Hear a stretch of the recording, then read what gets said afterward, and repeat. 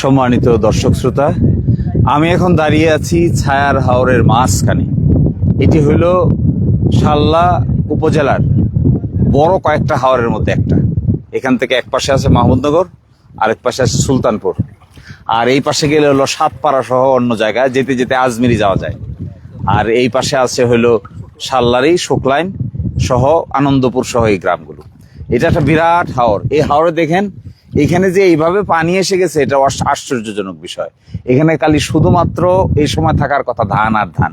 ধান মারাই, রোদ উঠবে, মানুষ ধান কাটবে, ধান শুকাবে, বাড়িতে নিবে, এই ছিল এখানকার আনন্দের বিষয়। কিন্তু বৃষ্টির পানিতে সব তলিয়ে গেছে। এটা কিন্তু বন্যার পানি না, এটা কিন্তু নদীর কোনো পানি না, নদী থেকে কোনো পানি আসে নাই।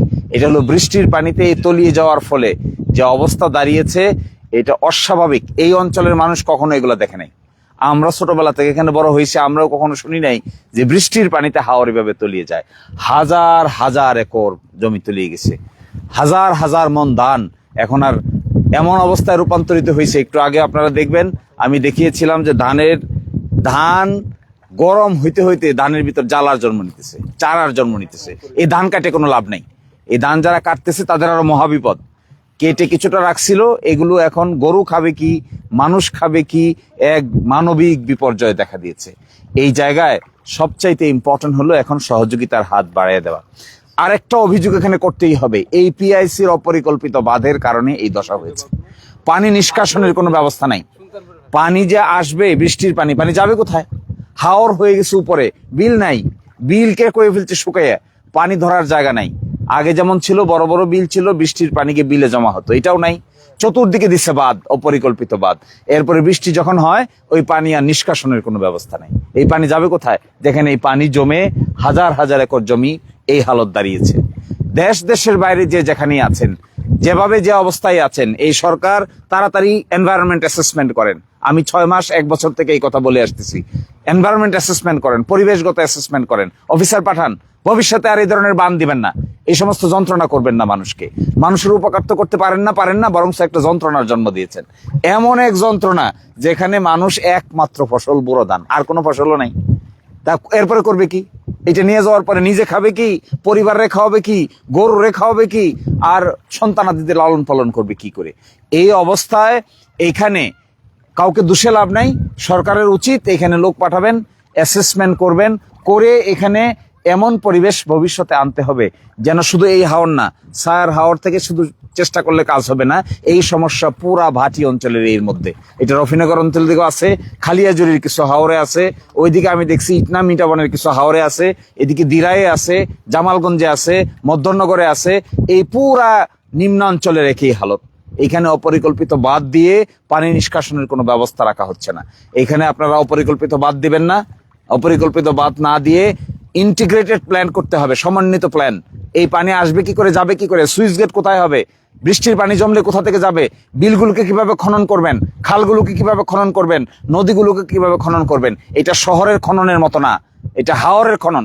এই হাওরের খনন না হওয়ার কারণে মাছের অবস্থা 12টা বাজেছে। এবং এই জায়গায় আমাদের সকলের উচিত জরুরি ভিত্তিতে এই জায়গাকে দুর্গত পরিবেশগত এলাকা ঘোষণা করে জাতীয়ভাবে গুরুত্বপূর্ণ বিষয়ে পরিণত করা। এটা কোনো এলাকার প্রবলেম না। এখানকার ধান যদি না হয়, খাবেন কি আপনারা? জাতীয়ভাবে খাবেন কি? চাল পাবেন কোথায়? এখানে যে পরিমাণ ধান উৎপাদন হয়, বাংলাদেশের সকল মানুষের কয়েক মাসের খোরাক হয়। তো সেই ধান নাই, এখন না খেয়ে মরতে হবে সবাইকে। দেশে এই সময় এখানে পানি থাকার কথা না তো। দেখেন মনে হচ্ছে যেন বর্ষার সিজন, মনে হচ্ছে এদিকে নৌকা চলবে, ট্রলার চলবে, স্পিডবোট চলবে। এই হালতে এখানে এসে যদি পরিবেশগত অ্যাসেসমেন্ট করা না হয়, এবং ভবিষ্যতে এই হাওর, এই সুইচ গেট, পানি কিভাবে আসবে, পানি কিভাবে যাবে, বাঁধ কিভাবে দিবেন, কোন জায়গায় বাঁধ দেওয়া দরকার, কোন জায়গায় বাঁধ দেওয়া দরকার না, খনন করবেন কোন জায়গাগুলোকে, অপরিকল্পিত কিছু করবেন না। আপনাদের কে বলছে অপরিকল্পিত কাজ করার জন্য? চিন্তা নাই, ভাবনা নাই, মনে ছিল একটা বাঁধ বানাই দিলাম। চিন্তা নাই, ভাবনা নাই, মনে ছিল মাটি ভরাট করে দিলাম।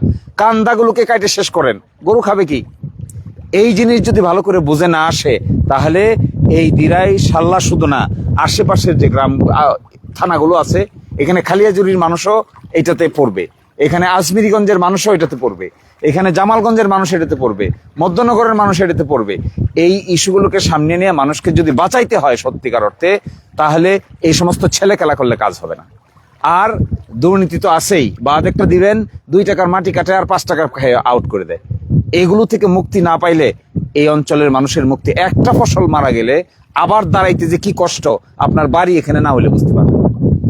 আর একটা ইন্টারেস্টিং বিষয়, ফসল একবার এইভাবে হয়েছে, আগামী বছর যদি এটা হয়, এরপরের বছর এরকম হয়, মানুষ কোথায় যাবে? সব প্রকৃতির উপর নির্ভরশীল। প্রকৃতির উপর নির্ভরশীল থেকে মানুষ এখন করে এগুলা? প্রকৃতির উপর নির্ভরশীল থেকে তো এগুলো করা যায় না।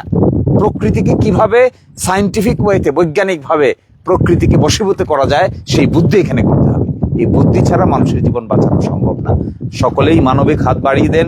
এই কৃষকদের কিভাবে সহযোগিতা করা যায়, সরকার ইতিমধ্যে ঘোষণা দিছে কিছু একটা করবে, কিন্তু কয়জনকে করবে?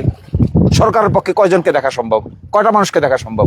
যাদের ব্যক্তিগত সামর্থ্য আছে দেশে বিদেশে, এনজিও গুলো যারা আছে, তারা এখানে আসেন, মানুষকে সহযোগিতা করেন। এরপরে দেখা যাবে দেশ কোন দিকে যায়।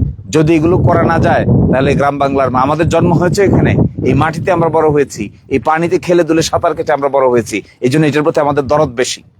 এই জায়গাটাকে আপনারা দয়া করে একটু সুন্দর ব্যবস্থাপনার দিকে যাবেন, ভবিষ্যতে যেন এগুলো শুধুমাত্র প্রকৃতির উপর নির্ভরশীল করতে না হয়, আমরাও যেন কিছু অবদান রাখতে পারি। সকলেই ভালো থাকবেন, সুস্থ থাকবেন। আল্লাহ হাফিজ।